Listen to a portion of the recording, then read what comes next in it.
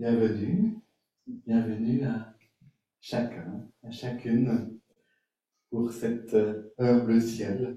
Bienvenue avec tout ce que vous êtes, tout ce qui vous habite en cet instant, toutes vos pensées, vos sensations, vos émotions. Nous sommes là pour répondre encore et encore à cet appel qui vient de l'au-delà de tout et de l'au-dedans de nous. Cet appel à laisser émerger en nous l'être que nous sommes. Cheminer vers la désidentification. Peut-être que vous avez été un peu surpris par ce titre, ou ce thème que j'ai choisi pour cette heure de ciel. Qu'est-ce que c'est que la désidentification? Pourquoi est-ce qu'il faudrait cheminer vers elle? Pourquoi se désidentifier? On passe déjà une bonne partie de notre vie à essayer de chercher à savoir qui on est, essayer de définir notre identité. Comment est-ce qu'on fonctionne? Comment est-ce qu'on est constitué intérieurement? Aussi, quelle est notre place sur cette terre et quel est le sens de notre vie ou notre mission de vie? Nous sommes souvent empêtrés, englués dans ce que nous croyons être, dans ce pourquoi nous nous prenons, et toutes les représentations que nous avons de nous-mêmes et toutes les injonctions qui vont avec. Donc, suis-je vraiment ce que je crois être? Il y aura beaucoup de réflexions sur qui suis-je, au fond. Et je crois que toutes les traditions spirituelles, d'une manière ou d'une autre, offrent un chemin de désidentification pour goûter à la vraie liberté, pour goûter à ce que je suis en réalité, et non pas ce que je crois être. Donc un chemin pour quitter peut-être notre identification à notre personnalité, à ce que je crois être, pour aller vers quelque chose de plus profond, pour aller vers la manifestation de notre identité originelle. Alors c'est un chemin exigeant, certainement, c'est un chemin difficile, qui est aussi d'ailleurs le lieu de beaucoup de malentendus, je crois, ou d'essais de moralisation à travers toutes les traditions. Mais pourtant, ça vaut quand même la peine d'être exploré, d'être pris. Cheminer donc vers la désidentification, c'est donc ce thème que je vous propose d'explorer aujourd'hui. Et puis nous serons accompagnés aussi par quelques paroles qui sont des paroles fortes de Jésus à ses disciples, qui les invitait à tout quitter pour rentrer justement dans ce qu'il appelait le royaume. Voilà, donc je vous invite à vivre ce temps comme d'habitude, c'est-à-dire comme un temps d'expérience, comme un temps où on peut écouter aussi au-dedans comment ça résonne, comment ça fait son chemin, comment quelque chose se bloque ou n'arrive pas à avancer en nous, et au contraire comment quelque chose me rejoint. Donc tout ça en résonance avec chacun des éléments, les chants, les silences et les apports. Je vous invite donc à entrer dans un temps de méditation, de silence.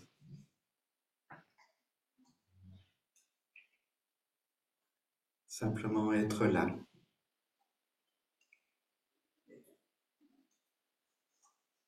Être un peu plus là.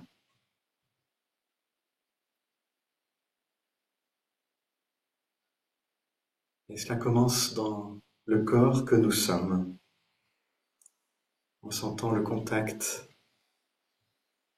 de mon corps sur la chaise, sur le banc, le coussin, le fauteuil.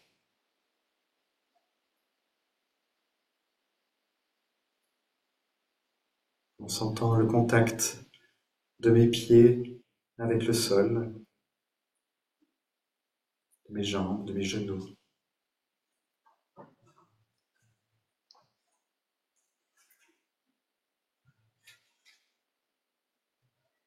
Et puis en me sentant vertical dans ma colonne.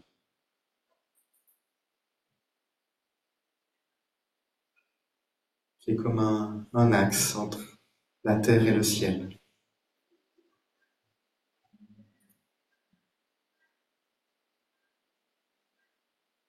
Sentir aussi ma tête qui repose sur le haut de mon corps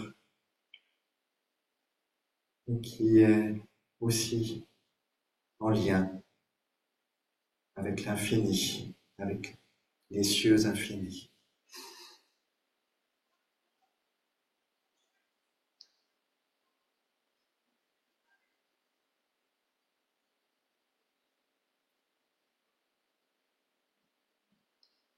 Et si je peux, je recule doucement mon attention vers l'arrière de ma tête.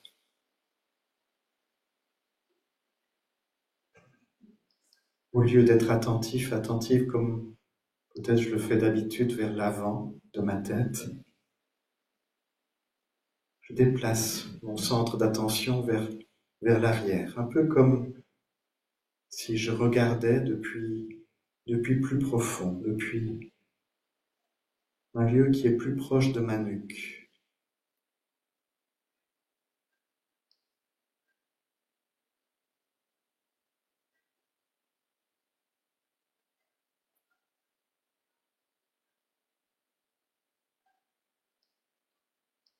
Et depuis ce lieu, j'observe et j'accueille.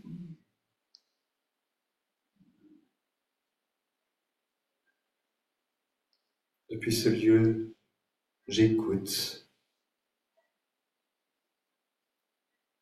Peut-être les cloches qui résonnent au loin. Peut-être les petits bruits qui sont dans cette salle.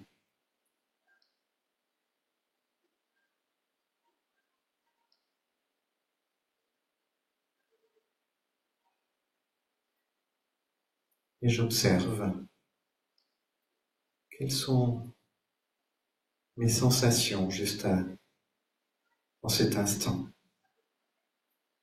sur ma peau, dans mes membres,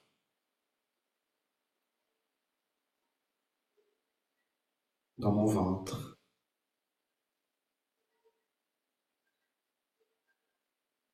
dans ma tête.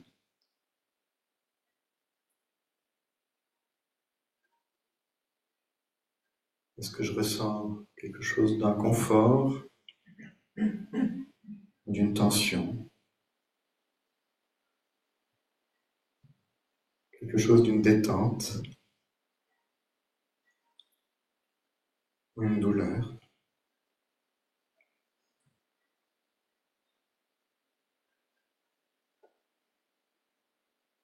J'observe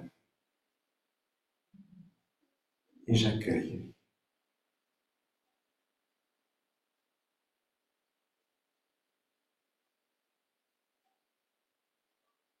Et puis, quelles sont mes pensées? Je les observe aussi. De quel ordre sont-elles? Est-ce qu'il y a une préoccupation, une volonté? Est-ce que je me donne une instruction à moi-même?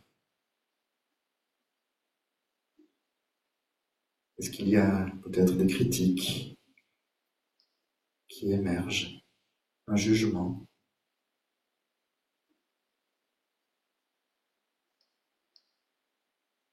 Je laisse venir tout ce qui est là, sans jugement.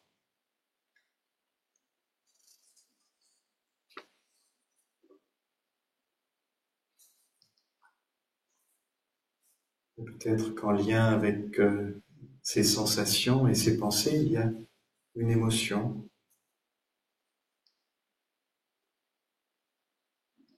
la joie d'être là, d'être vivant, ou un énervement. Peut-être une surprise ou une inquiétude.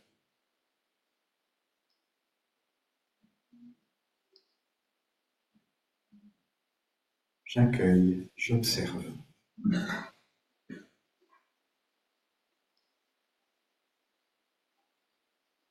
Tout ce qui me traverse, tout ce qui se dit en moi, tout ce qui s'exprime.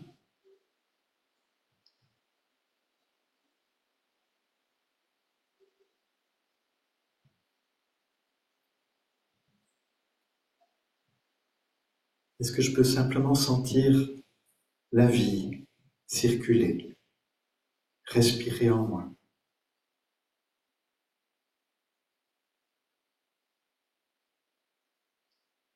Sentir aussi ma respiration. Et je l'accueille comme on accueille la vie au-dedans de soi.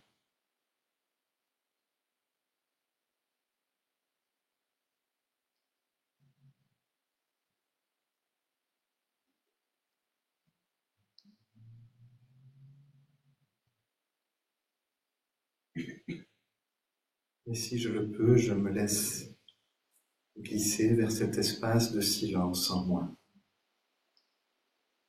Cet espace qui peut tout accueillir.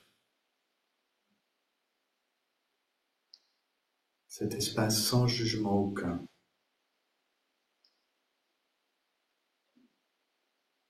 Cet espace où tout est bon, tout est bien.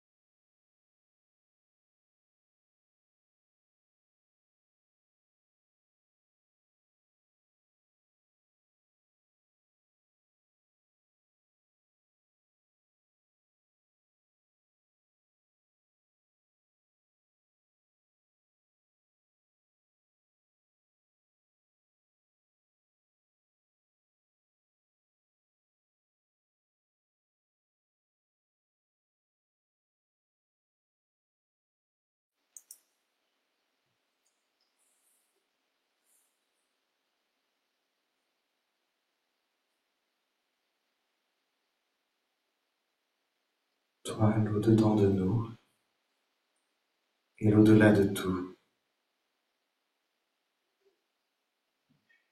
toi l'infini.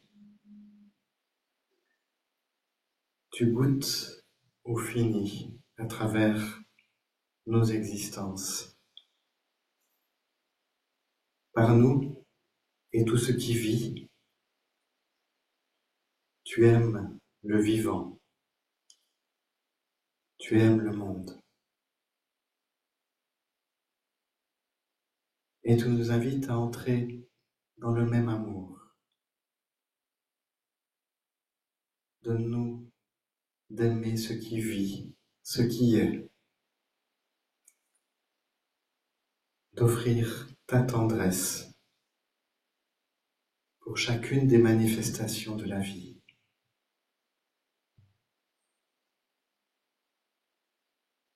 Donne-nous de goûter à la vie, à ta vie, à chaque instant.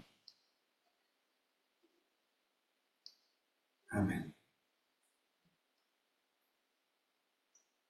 Donc, cheminer vers la désidentification. Je crois que dans nos existences humaines, il y a deux manières d'être moi, d'être je. Deux consciences correspondant à deux plans. Vous les connaissez peut-être, c'est l'avant-plan du personnage moi, et puis le je suis de l'arrière-plan. D'abord ce personnage moi de l'avant-plan. On l'appelle aussi l'ego. C'est ce pourquoi je me prends en général. Surtout si je n'ai pas beaucoup d'expérience de l'arrière-plan. Donc je suis mes sensations, je suis mes pensées, je suis mes émotions, ce qui traverse. Et en fait, je suis collé à ça. Au sens où je prends ces émotions, ces sensations, ces pensées pour ce que je suis. Je me prends pour elles. Et d'une certaine manière, j'ai pas d'autre expérience que celle-là. Et je suis entièrement conduit, piloté, d'ailleurs le plus souvent en mode automatique, parce qu'on peut aussi appeler ma personnalité, mon personnage, mon masque, le rôle que je suis en train de jouer. Souvent d'ailleurs, c'est pas moi qui ai l'impression d'avoir choisi ce rôle. Je le joue parce qu'on m'a demandé de le jouer. Il m'est comme imposé. Donc, je suis plus dans une situation de soumission où je subis ce qui se passe autour de moi et j'essaye de réagir comme je crois que je dois réagir. Donc je subis plus ma vie que je ne la dirige. Et donc il n'y a pas de prise de conscience que c'est à quoi je m'identifie. Mais je peux aussi en prendre conscience. Et au moment où je le fais, je passe à l'arrière-plan, je passe au second plan, en fait. C'est-à-dire que l'arrière-plan, c'est le je suis, c'est la conscience d'être. C'est la conscience d'être ce que je suis. Donc c'est une conscience plus large qui est capable d'observer ce qu'il y a à l'avant-plan, d'observer des sensations, de se dire, tiens, il y a une sensation, tiens, il y a une émotion. Voilà ce que je suis en train de ressentir. Je suis en train de ressentir, je sais pas, de la tristesse, ou je suis en train de voir qu'il y a une pensée récurrente peut-être qui est en train de me traverser. Et donc en faisant ça, je me situe à partir d'un espace plus vaste, capable d'observer les pensées, les émotions, les sensations, mais sans complètement s'identifier à elles, puisqu'il y a une distance entre l'endroit où je suis et ce qui ressent. Donc c'est pour ça qu'on peut appeler ça l'arrière-plan de soi. Ça peut être perçu comme ça. C'est la conscience du je suis, de l'être que nous sommes. Et d'ailleurs, peut-être que vous l'avez ressenti dans ce que je vous ai proposé dans la méditation, parce qu'on peut ressentir cela au niveau de la tête. À l'avant-plan, c'est les yeux dans les orbites, c'est à l'avant du crâne, ou peut-être un peu sur les côtés. C'est là où on a nos maux de tête. C'est là où on se prend la tête. Et puis, à l'arrière-plan, quand je prends distance, c'est peut-être pas très loin, mais quand même, ça permet de prendre distance, ben voilà, on se sent plus à l'arrière de la tête. Et vous connaissez peut-être ces pratiques de méditation où on s'exerce à reculer ses yeux pour les ressentir plus à l'arrière du crâne et même à voir depuis la nuque. On peut sentir ainsi cet espace entre ce qui est regardé et ce qui regarde. Donc si je peux regarder mes sensations, mes émotions, mes pensées, ça veut dire que je ne suis pas mes sensations. Et donc, c'est pas ce qui se passe dans notre quotidien. Hein. Je sais pas vous, mais moi je suis plutôt collé à mes pensées, je suis collé à ce que je vis, et c'est pas ordinaire, c'est pas habituel forcément de faire ce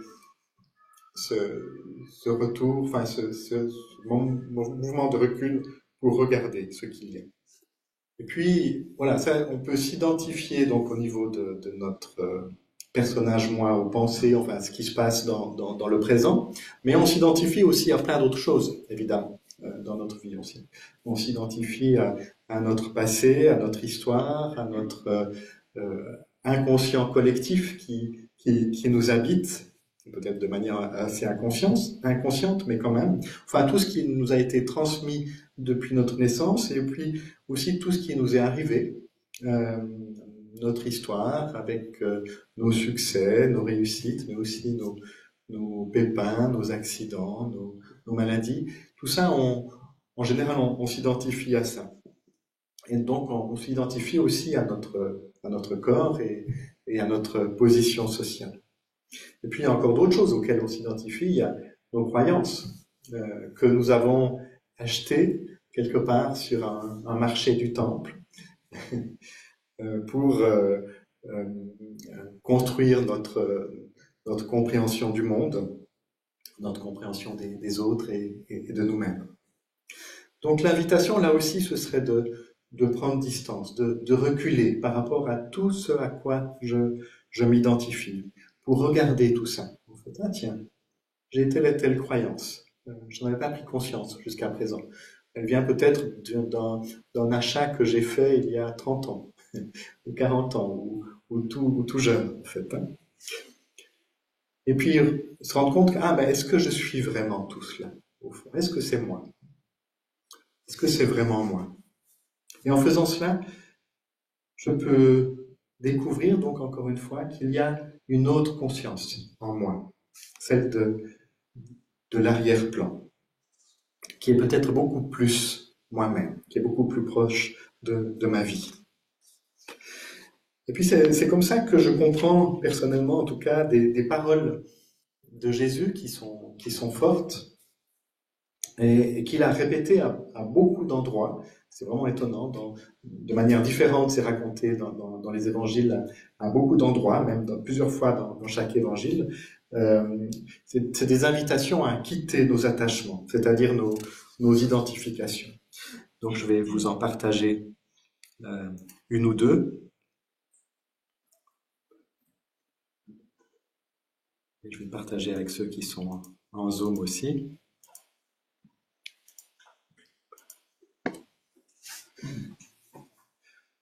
Donc il y a d'abord l'apôtre Pierre qui fait partie des disciples et puis qui lui dit, mais au fond, écoute, nous avons tout quitté pour te suivre. Eux, ils ont fait quelque chose d'une désidentification, d'un dépouillement en tout cas. Et Jésus appuie sur le bouton encore plus, il dit, je vous le déclare, c'est la vérité, si quelqu'un quitte pour le règne de Dieu, sa maison ou sa femme, ses frères et ses sœurs, ses parents ou ses enfants, il recevra beaucoup plus dès maintenant, et dans le monde à venir, il recevra la vie éternelle. Et puis, je peux aussi vous en citer un autre où il le dit encore plus fort, qui n'est pas là, mais où Jésus dit, si quelqu'un vient à moi, c'est-à-dire au je suis, si quelqu'un vient dans ce lieu du je suis, et s'il ne déteste pas son père, sa mère, sa femme, ses enfants et ses frères et ses sœurs, et même sa propre vie, il ne peut être mon disciple. Voilà, vous voyez que c'est assez radical en fait. Hein.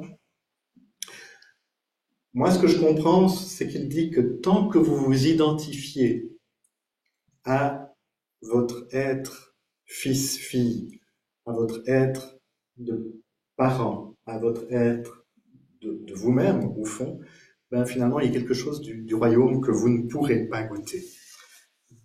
Vous ne pourrez, en d'autres termes, vous ne pourrez pas vivre l'éveil, au fond, hein, dont on parle dans d'autres milieux. Et donc, à ces identifications-là, on pourrait rajouter toute une liste d'autres identifications qui disent la même chose. Hein. Toutes ces identifications où, simplement, ben, je me considère comme un homme ou une femme. Tellement évidente, hein. Comme jeune, comme vieux, comme riche, comme pauvre, comme marié, célibataire, avec enfant, sans enfant, en bonne santé ou malade, hétéro, homo, une orientation sexuelle d'un type différent, ou même, je ne sais pas si vous vous identifiez à ça, mais névrosé ou psychotique. Enfin voilà, ces catégorisations qu'on fait. J'aime beaucoup une histoire qui est racontée par Issa Padovani, mais qui est une histoire qui vient du monde tibétain, où elle raconte au fond l'histoire de cette femme qui est une nonne dans un monastère qui médite pendant des dizaines d'années, pendant 20 ou 30 ans, en vue évidemment de vivre l'éveil. Et après ces 20 ans, elle va vers son maître, non, plutôt elle écoute son maître dans un cadre général comme ça, et son maître lui dit « Les femmes ne peuvent pas vivre l'éveil ». Alors bon, évidemment qu'elle est complètement bouleversée, chamboulée, elle ne sait pas très bien ce qu'elle doit faire avec ça, et elle se met à pleurer. Et donc le maître s'approche de lui et lui demande « Mais pourquoi pleures-tu » Et puis elle dit « Maître, je ne peux donc pas m'éveiller ?» Et alors là, il éclate de rire, et il la regarde, et il dit « Ah bon? Parce que tu es une femme ?» Et là, soudain, l'histoire ne s'arrête pas là, elle réalise qu'elle s'était identifiée totalement à son être femme, qu'elle s'était toujours prise pour une femme, et que tant qu'elle se prend pour une femme, elle ne peut pas s'éveiller. Et à la seconde où elle réalise ça, eh bien, elle s'éveille. Donc l'éveil ne dépend pas du genre, de ce à quoi on s'identifie, mais au contraire de la cessation de l'identification à une identité ou une identification comme ça. Qu'elle soit liée au genre ou à autre chose. Hein. On pourrait dire, à la suite de Jésus, aucune femme ne rentre dans le royaume. Aucun homme ne peut rentrer dans le royaume. Aucun riche, aucun pauvre n'entre dans le royaume. Il n'y a que le je suis de mes profondeurs qui puisse être le disciple de la voie du Christ. Et donc tous les qualificatifs identitaires qu'on rajoute ne sont d'aucune utilité à cet endroit. Et c'est donc pour ça que la plupart des traditions spirituelles proposent ce chemin de désidentification de nos pensées, de nos sensations, de nos émotions, de notre histoire, de tous les éléments de notre identité. Pas parce que c'est quelque chose de mauvais, mais parce qu'elles peuvent constituer un obstacle, au fond, cette identification à l'ouverture, à l'éveil, au royaume. Donc, se désidentifier, c'est la clé pour accéder à un espace de liberté, pour être vraiment ce que je suis, et peut-être retrouver une liberté, justement, et faire des choix beaucoup plus alignés avec ce que je suis vraiment, et non pas avec ce que je crois être. Donc, peut-être qu'on peut, du coup, se poser la question, est-ce qu'il faut se dépouiller de tout? Est-ce qu'il faut se désidentifier de tout? Est-ce qu'il faut se débarrasser de l'ego, du coup? Est-ce qu'il faut rejeter toutes ces identifications et rejeter tout ce que j'ai construit de mon être, dans mon identité? Est-ce qu'il faut même rejeter ce à quoi je m'identifie peut-être le plus, c'est-à-dire aussi mes blessures et mes traumatismes autour desquels j'ai construit tout un système de protection aussi. Alors je crois que il faut être très clair, c'est pas du tout de ça qu'il s'agit. Il ne s'agit pas de se désidentifier au sens se débarrasser de son ego. La réalité, c'est pas que tant qu'il y a de l'ego, il n'y a pas de je suis. Donc c'est pas ça. Le je suis, il est toujours là. Il est depuis toujours et à toujours. Donc il n'est menacé en fait par rien, même pas par l'ego. L'ego a tendance à mettre des obstacles, à se mettre en travers au fond de cela. Et donc il y a quelque chose comme travail à faire de quitter les attaches au fond que j'ai par rapport à ces éléments d'identification. Je peux continuer de m'identifier ou d'avoir une identité sans avoir une crispation autour de cette identité en voulant la défendre à tout prix. Donc, vous voyez, c'est un peu différent. Et puis je pense que, au contraire, notre ego a besoin la plupart du temps d'être accueilli, d'être entendu, d'être écouté dans ce qu'il est pour pouvoir lâcher ensuite, pour pouvoir se détendre. Et puis cultiver en soi ce sentiment que je ne suis pas ce que les gens disent de moi, je ne suis pas ma position sociale, je ne suis pas cette migraine, je ne suis pas cette déception, je ne suis pas ce qui m'arrive en fait, cette catastrophe qui m'arrive. Ou bien j'ai pas besoin d'être quelqu'un pour être. Voilà. Donc, en résumé, accueillir l'ego, mais sans qu'il prenne toute la place. Lui demander, au fond, de se calmer. Donc, se désidentifier, c'est pas renoncer à exprimer le caractère unique de son existence, mais c'est renoncer à s'identifier à ce que je ne suis pas, au fond, tout au fond de moi. Alors, comment est-ce qu'on fait tout ça? C'est toujours la question, hein. Comment est-ce qu'on peut avancer sur ce chemin, cheminer? Alors voilà, vous les connaissez, tous ces outils pour se désidentifier. Parce que finalement, beaucoup de choses qui sont dans les traditions spirituelles et que vous connaissez servent à ça, d'une certaine manière. Il y a évidemment le premier acte de tout quitter. Nous avons tout quitté pour te suivre. Et ça peut être tout simplement très concret.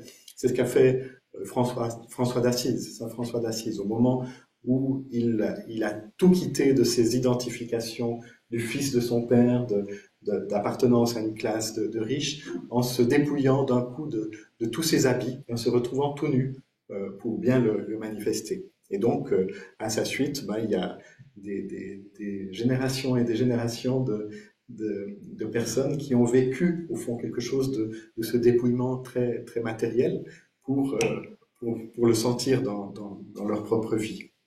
Et c'est aussi l'histoire du jeune homme riche, en fait, qui précède juste le texte que nous avons vu avant. Renonce à tes biens, et ce sera la possibilité pour toi d'aller vers le royaume.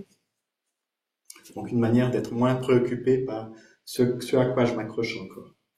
Et puis, voilà, ça c'est pour les richesses matérielles, mais il y a aussi tout ce qui est pensée, tout ce qui est sensation. Ben voilà, c'est la méditation qui est un outil pour cela. C'est ce que nous avons fait en en observant, en prenant cette position d'arrière-plan, pour voir comment est-ce que je m'attache à l'avant-plan et comment je peux du coup m'en détacher, prendre distance.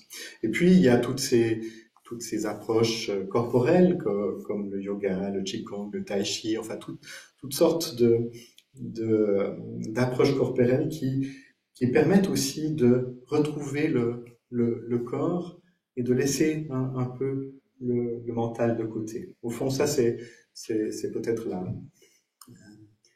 l'exercice le plus simple aussi, c'est de repasser par le corps, en fait, hein, et de passer par une attention à des mouvements lents,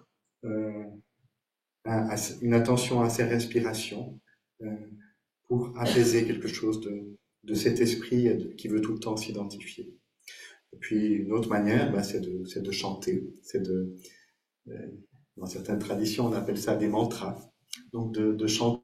Voilà, je parlais donc des différents outils pour se désidentifier, après le détachement des biens matériels, la méditation, le yoga, le qigong, le tai chi, le mantra.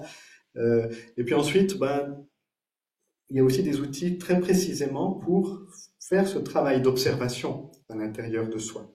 On peut parler par exemple du dialogue intérieur qui invite à reconnaître que nous sommes habités par différentes voix au-dedans de nous et faire dialoguer ces voix pour trouver au milieu de ce dialogue intérieur quelque chose d'un autre que moi, d'un autre que le moi identifié en fait.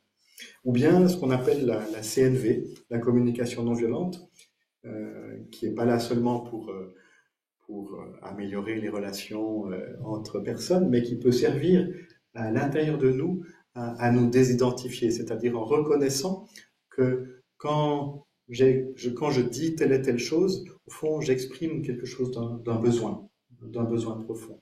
Et je fais tout un travail, au fond, de traduction de ce que je dis, de ce que je fais en termes de besoin. Donc c'est au fond se mettre à l'arrière de moi pour ouvrir les bras à tout ce que je suis dans un mouvement de non jugeant et vraiment compatissant.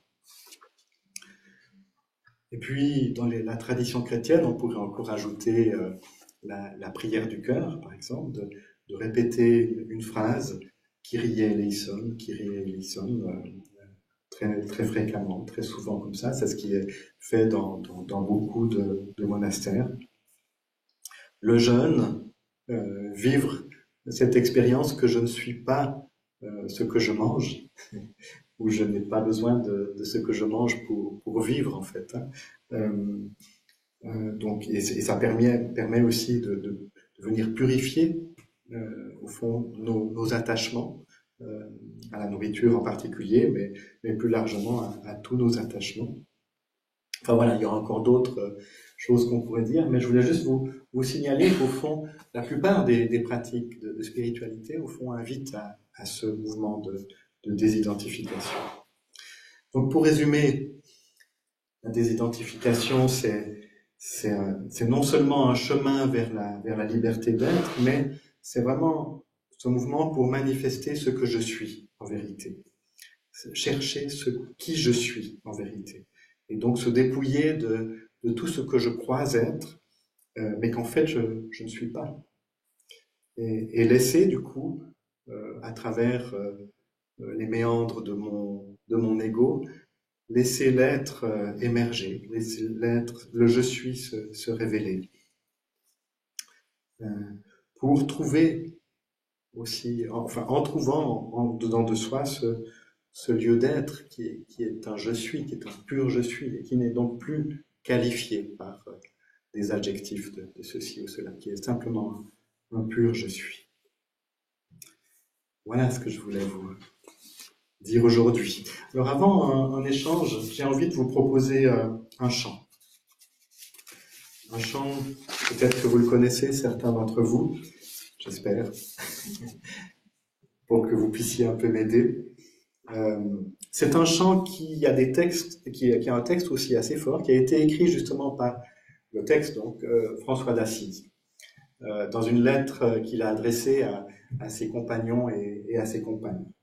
et donc où il transmet quelque chose de l'essentiel de son approche.